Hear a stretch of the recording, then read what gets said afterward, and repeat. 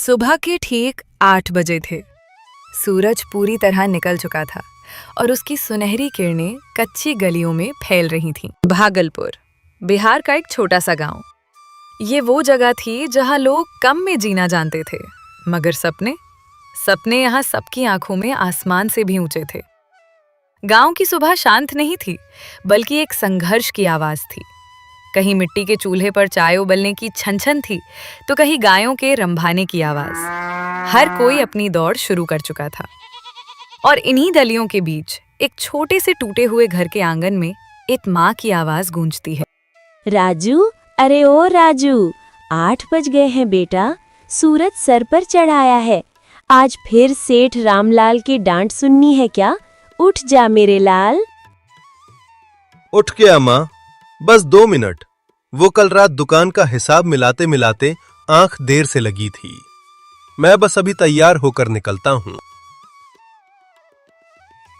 ये राजू था, उम्र करीब 22 साल। पिता का साया बचपन में ही उठ गया था और अब ये बूढ़ी माँ ही उसकी पूरी दुनिया थी। उसके कंधों पर घर की जिम्मेदारी थी, जो उसकी उम्र से कहीं ज्यादा भारी थी। राजू एकबरी सी किराना की दुकान रामलाल एंड सन्स में काम करता था और वो वहां जाने के लिए तैयार हुआ और दुकान जाने लगा। तभी उसकी माँ ने कहा, खाली पेट काम नहीं होता बेटा। ये ले, 2 रोटी और थोड़ा सा नमक तेल है, जल्दी से खा ले। शरीर में ताकत रहेगी तो दिमाग भी चलेगा। सेठ रामलाल को देर बिल्कुल पसंद नहीं है। अगर मैं लेट पहुंचा तो वो पूरे मोहल्ले के सामने चिल्लाना शुरू कर देंगे। मैं दोपहर में आकर खा लूंगा माँ, अभी मैं चलता हूँ। राजू भागता हुआ गांव की सबसे बड़ी किराने की दुकान पर पहुंचा, रामलाल एंड सन्स। यहाँ दाल चावल तौलने से लेकर चीनी भरने और उधारी का हिसाब लिखने तक सब राजू के जिम्मे था।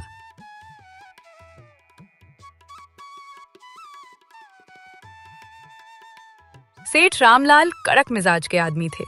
उनकी जुबान कैंची की तरह चलती थी, लेकिन काम सही हो तो वो खामोश रहते थे। उस दिन दुकान पर कुछ ज्यादा ही भीड़ थी।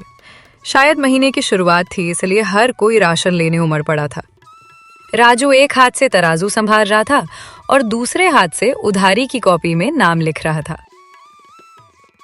अरे राजू भाई, कितना समय लगाओगे? मुझे खेत पर जाना है, जल्दी से मेरा हिसाब कर दो। राजू, हाथ चला, जुबान नहीं। और सुन, जो भी लिख रहा है ध्यान से लिखना। पिछली बार की तरह काटा पीटी मुझे पसंद नहीं है। जी सेठ जी, बस अभी करता हूँ। काका, आपका कुल हुआ 380 रुपए। भीड़ के शोर और सेठ के डर में राजू का ध्यान भटक गया। उसने जल्दबाजी में 380 की जगह कॉपी में सिर्फ 330 रुपए चढ़ा दिए। 50 रुपए का फर्क। शाम को जब शटर गिरने वाला था और सेठ ने गल्ला मिलाया तो उनकी भौहें तन गई। राजू, इधर आ, अभी की अभी इधर आ। जी सेठ जी, क्या हुआ? क्या हुआ? तुझे शर्म नहीं आती? इस हरिराम के खाते में 50 रुपए कम कैसे हैं? तूने पैसे लिए या लिखना भूल गया? बोल। सेठ जी, वो शायद भीड़ बहुत थी तो लिखने में गलती हो गई होगी। मैंने पैसे नहीं लिए, कसम से। गलती? 50 रुपए कोई मामूली बात नहीं होती। पाई पाई जोड़कर मैंने ये दुकान खड़ी की है।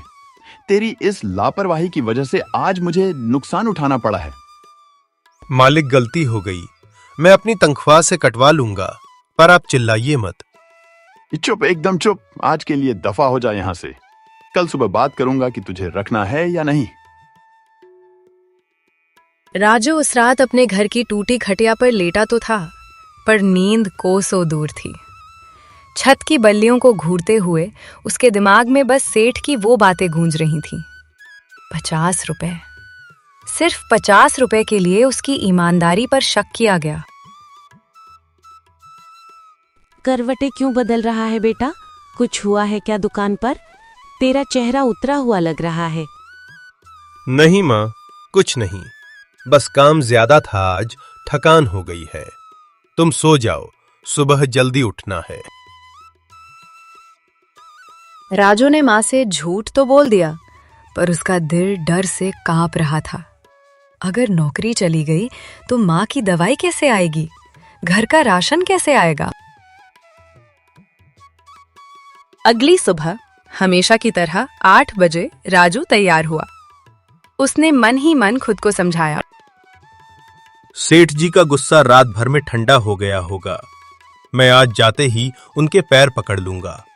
उनसे कहूंगा कि आगे से 1 पैसे की भी गलती नहीं होगी। वो मान जाएंगे। इतने सालों से काम कर रहा हूं, वो मुझे ऐसे नहीं निकाल सकते। उम्मीद का एक दिया दिल में जलाए राजू दुकान की तरफ बढ़ा, लेकिन उसे नहीं पता था कि आज उस दिए को बुझाने के लिए एक तूफान उसका इंतजार कर रहा था। जैसे ही राजू रामलाल एंड सन्स पर पहुंचा, उसके कदम जम गए। दुकान के अंदर उसकी जगह पर जहां वो रोज खड़ा होता था, आज कोई और खड़ा था, एक नया लड़का। सेठ जी, राम राम, मैं आ गया। झाड़ू लगा दूं? रुक जा, तेरी अब यहां जरूरत नहीं है राजू। क्या? सेठ जी, आप ये क्या कह रहे हैं? सिर्फ एक गलती के लिए। मैंने तो कहा था ना कि आप मेरे पैसे काट लीजिएगा। बात 50 रुपए की नहीं है राजू, बात भरोसे की है। और व्यापार में एक बार भरोसा टूटा तो जुड्ढता नहीं है। मैंने ये नया लड्डी हचका रख लिया है, ये हिसाब में पक्का है। सेठ जी, ऐसा मत कीजिए। मेरी माँ बीमार रहती है। अगर ये नौकरी चली गई तो हम भूखे मर जाएंगे। मैंने 3 साल आपकी सेवा की है, उसका तो लिहाज कीजिए। अरे बस बस, अब नौटंकी मत कर यहां। ये ले तेरे पिछले महीने के पैसे, और आज के बाद इस दुकान की तरफ देखना भी मत। जा यहां से। राजू दुखी होकर चुपचाप पैसे लेकर रामलाल एंड सन्स से बाहर निकल जाता है। उस दोपहर राजू घर नहीं गया। वो नहीं चाहता था कि माँ उसका उतरा हुआ चेहरा देखे। वो पूरे गांव में पागलों की तरह काम ढूंढता रहा, लेकिन राजू को कहीं से काम नहीं मिला।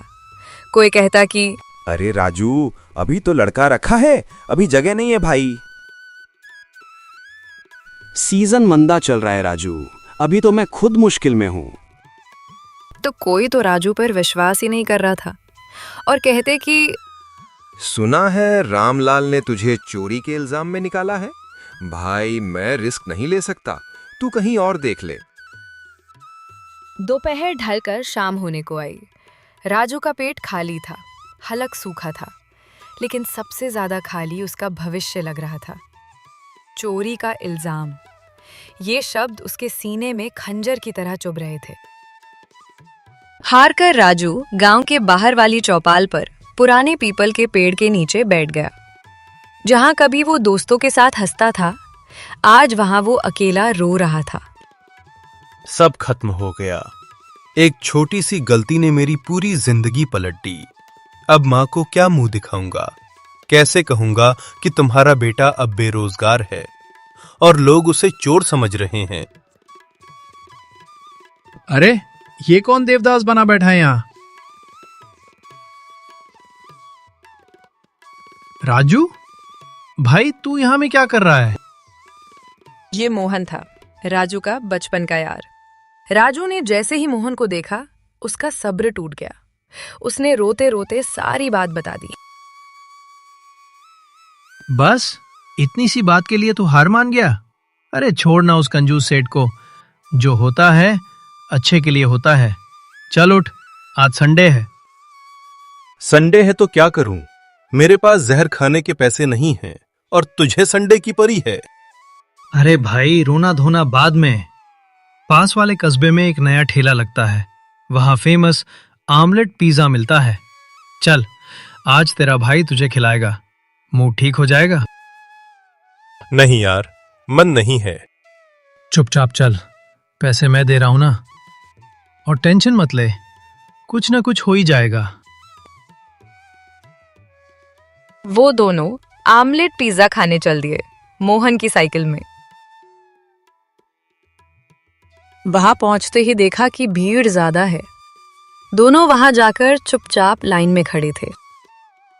मक्खन की खुशबू हवा में तैर रही थी।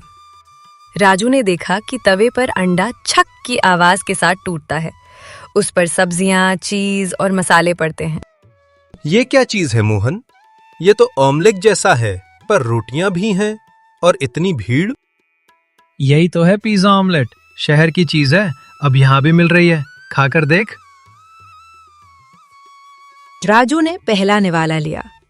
स्वाद ऐसा था जो उसने पहले कभी महसूस नहीं किया था, लेकिन स्वाद से ज्यादा उसका ध्यान उस ठेले वाले पर था।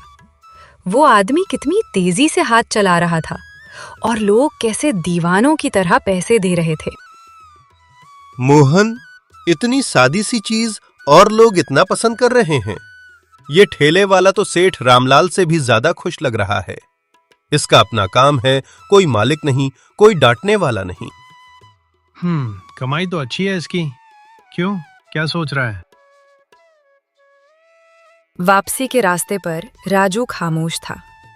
उसकी आंखों में वो तवा और वो भीड़ घूम रही थी। मोहन, अगर मैं भी ऐसा कुछ करूं तो? अगर मैं भी अपने गांव में ऐसा ही एक ठेला लगाऊं तो? तू? अरे तू तो दाल चावल तोड़ने वाला है। तुझे ऑमलेट बनाना आता है? नहीं आता, पर सीख तो सकता हूं ना। सेठ की गुलामी करने से अच्छा है कि मैं अपना कुछ करूं। अगर उस कस्बे में चल सकता है तो हमारे भागलपुर में क्यों नहीं? बात तो तेरी सही है।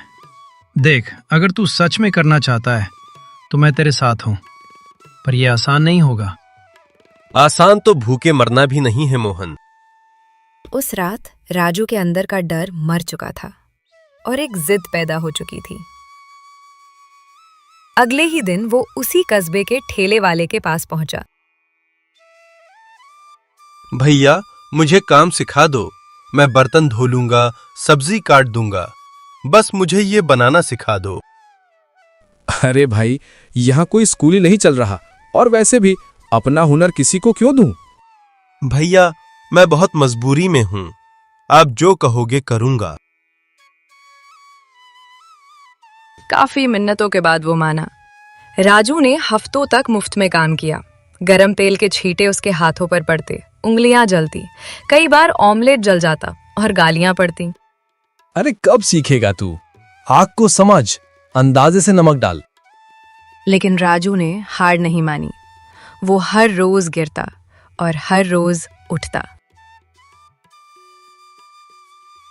करीब 10 दिन बाद मोहन से कुछ पैसे उधार लेकर राजू ने एक छोटा सा पुराना ठेला खरीदा। उसने उसे रंगा और उस पर लिखा, राजू पिज्जा ऑमलेट। बेटा, मुझे डर लग रहा है। तूने कभी ये काम नहीं किया। अगर नहीं चला तो? माँ, सेठ की दुकान पर जब काम करता था तब भी डरता था कि कब निकाल देंगे। अब कम से कम ये डर तो नहीं है। ये मेरा अपना है। तेरा आशीर्वाद चाहिए बस। राजू ने गांव के चौराहे पर ठेला लगाया। पहला घंटा बीता, कोई नहीं आया। दूसरा घंटा बीता, लोग बस देखकर चले जा रहे थे। राजू का दिल बैठने लगा। तभी एक स्कूल का बच्चा आया। भैया, ये क्या है? ऑमलेट है? हाँ बेटा, पिज्जा वाला ऑमलेट है। एक बार खाकर देख। पैसे अच्छे ना लगे तो मत देना। बच्चे ने खाया और उसकी आंखें चमक उठी। भैया, ये तो बहुत टेस्टी है। ये राजू का पहला ग्राहक था और ये सुनकर राजू बहुत खुश हुआ। फिर वो बच्चा अपने माता पिता और बाकी दोस्तों को भी राजू का पिज्जा ऑमलेट खाने ले आया। धीरे धीरे स्वाद की खबर पूरे गांव में फैल गई। राजू के ठेले पर अब शाम को मेला लगने लगा था। जो लोग सेठ रामलाल की दुकान पर जाते थे, अब वो राजू के ठेले पर खड़े होकर बातें करते थे। राजू की कमाई बढ़ने लगी, लेकिन हर कामयाबी के साथ दुश्मन भी पैदा होते हैं। गांव का एक पुराना नाश्ते वाला था, शंकर। शंकर की समोसे की दुकान अब खाली रहने लगी थी, क्योंकि सब राजू का ऑमलेट खा रहे थे। देख रहा है उसे? कल का छोकरा आज राजा बन गया है। इसने मेरी दुकान छीन ली है। इसकी दुकानदारी अब मैं बंद कराऊंगा। बहुत उड़ रहा है ना ये। जलन इंसान को अंधा कर देती है। शंकर ने एक घिनौनी चाल चली।